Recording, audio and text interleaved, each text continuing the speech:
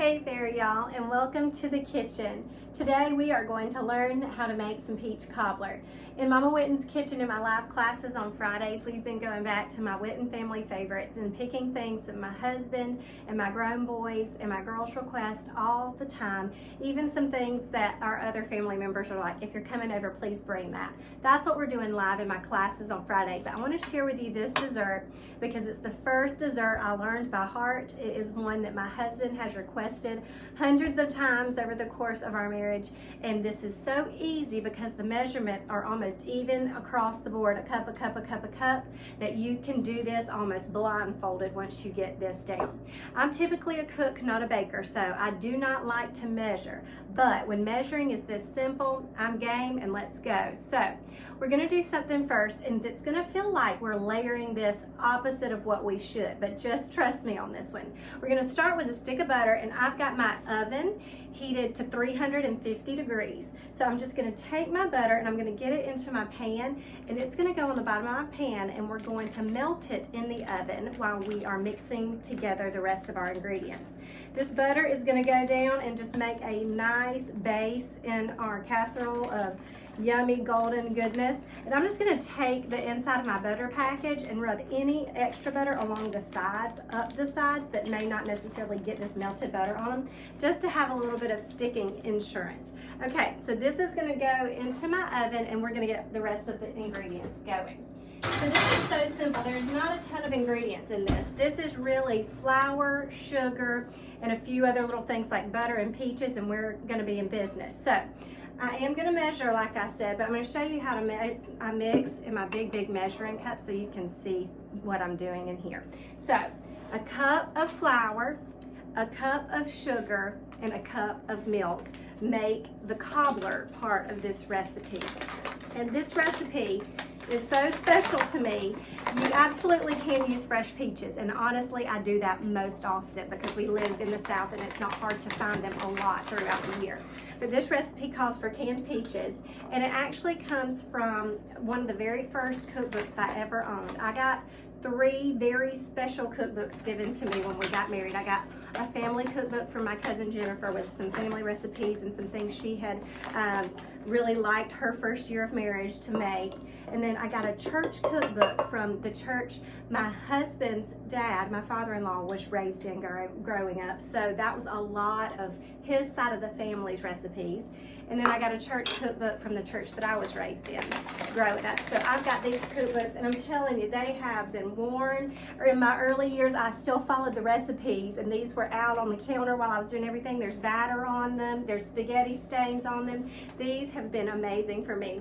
And it's funny, I was looking in them, just kind of reminiscing recently, and I stumbled across one recipe in particular in my husband's family cookbook, and it was not his grandmother, but his great-grandmother, and it was a Mama Whitten's recipe. So his great-grandmother was actually called Mama Whitten as well. Okay, so that was a cup of flour, and I'm going to go a cup of sugar, and then I'm going to go a cup of milk. Now, to this as well, we're going to use 2 tablespoons of oil. You can use whatever oil you want. And in this recipe, I'm using whole milk. And really any milk that you have on hand, I just would not use a milk substitute that you're not familiar with, like a plant-based milk. Be careful with. I would say if you have like coconut milk on hand, that would be I almost did 2 of those because I'm talking. I guess I'll just have milk for something later. We only need 1 cup. I'll set this over here for later. That's what happens when I get to talking in the kitchen. I love it though. Okay, so we have a cup of flour, a cup of sugar, and a cup of milk. Whole milk is what I was saying, but if you want to use an alternative, coconut milk would be my best bet. Okay, now I'm going to do 2 tablespoons of oil. I have avocado oil here. You can use vegetable or canola. Avocado oil just has even a lighter flavor than olive oil, extra virgin olive oil, but it has so many great health benefits. It's my go-to oil these days. I use it for everything. And then this isn't in their recipe, but I do a teaspoon of vanilla, and I always eyeball this because there, I mean, it's a teaspoon of vanilla.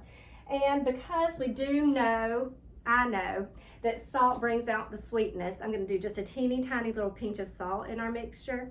That's less than half a teaspoon. Just a little pinch will go a long way, I promise. And we're just gonna mix this together. Now, when our butter comes out, this is gonna go in next. I know, I'm telling you, it sounds a little bit backwards. Then our peaches are gonna go on top. It's nuts, but it works, I promise. Our peaches actually get on top, and we're gonna use the juice and everything. The recipe calls for 1 large can or 2 smaller cans, so I've got 2 smaller cans. It's peaches in juice. If you have fresh peaches on hand, absolutely chop those up.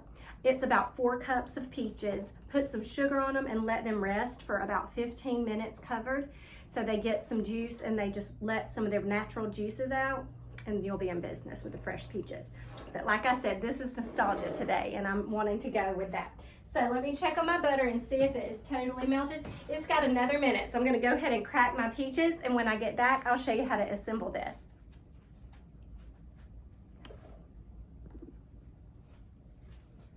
Okay, y'all, let's get our butter out and let's get this assembled. Our butter has completely melted. Like I said, it just went in for a few minutes at 350 degrees.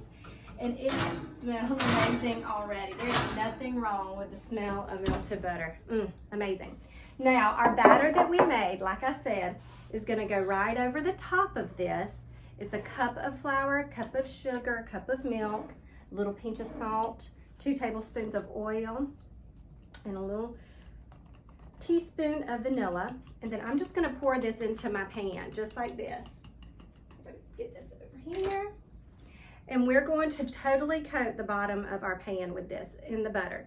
The butter is going to create this crisp effect on this. I'm gonna need to get a spoon to help me out. Let me get a spoon. All right, let's get it out of here. Now, this is going to have almost like a sweet biscuit consistency. And then the juice of the peaches is gonna kind of get into this butter and make a little bit of a jammy, thicker situation around your peaches. There is nothing wrong with that. Now, the way they used to do it is still fine with me. In with the peaches and the juice. These are fairly good sized peaches, and you just want to make sure that they're evenly distributed all around the bottom of your casserole dish. Like I said, about 4 cups of peaches, or 1 large can would work, or this is 2 smaller cans. I'm just gonna make sure everybody's evenly distributed. And this is really rustic. You don't have to try to fit everybody in a perfect direction. We're gonna top this off at the end with some vanilla ice cream, so you won't even really see which way the peaches are facing anyway. Okay, y'all, this is gonna go in my oven for about 35 to 45 minutes. I'll check it right around that 35-minute mark, but it usually ends up being right at 45 for me. And in you go. See you in a minute, and I'll see you in a minute.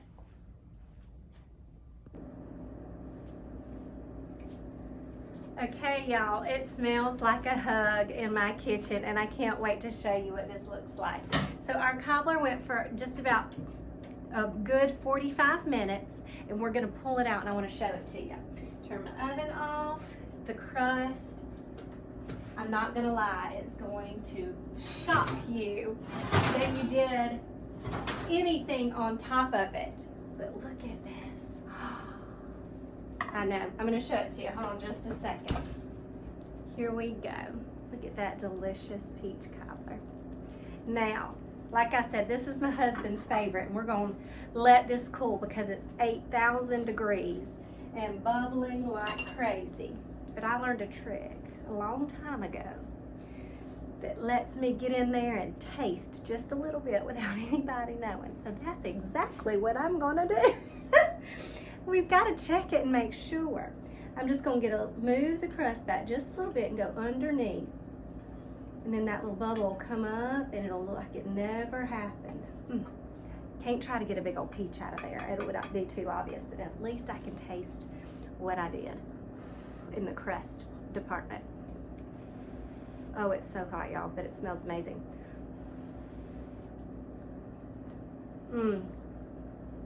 It's magic.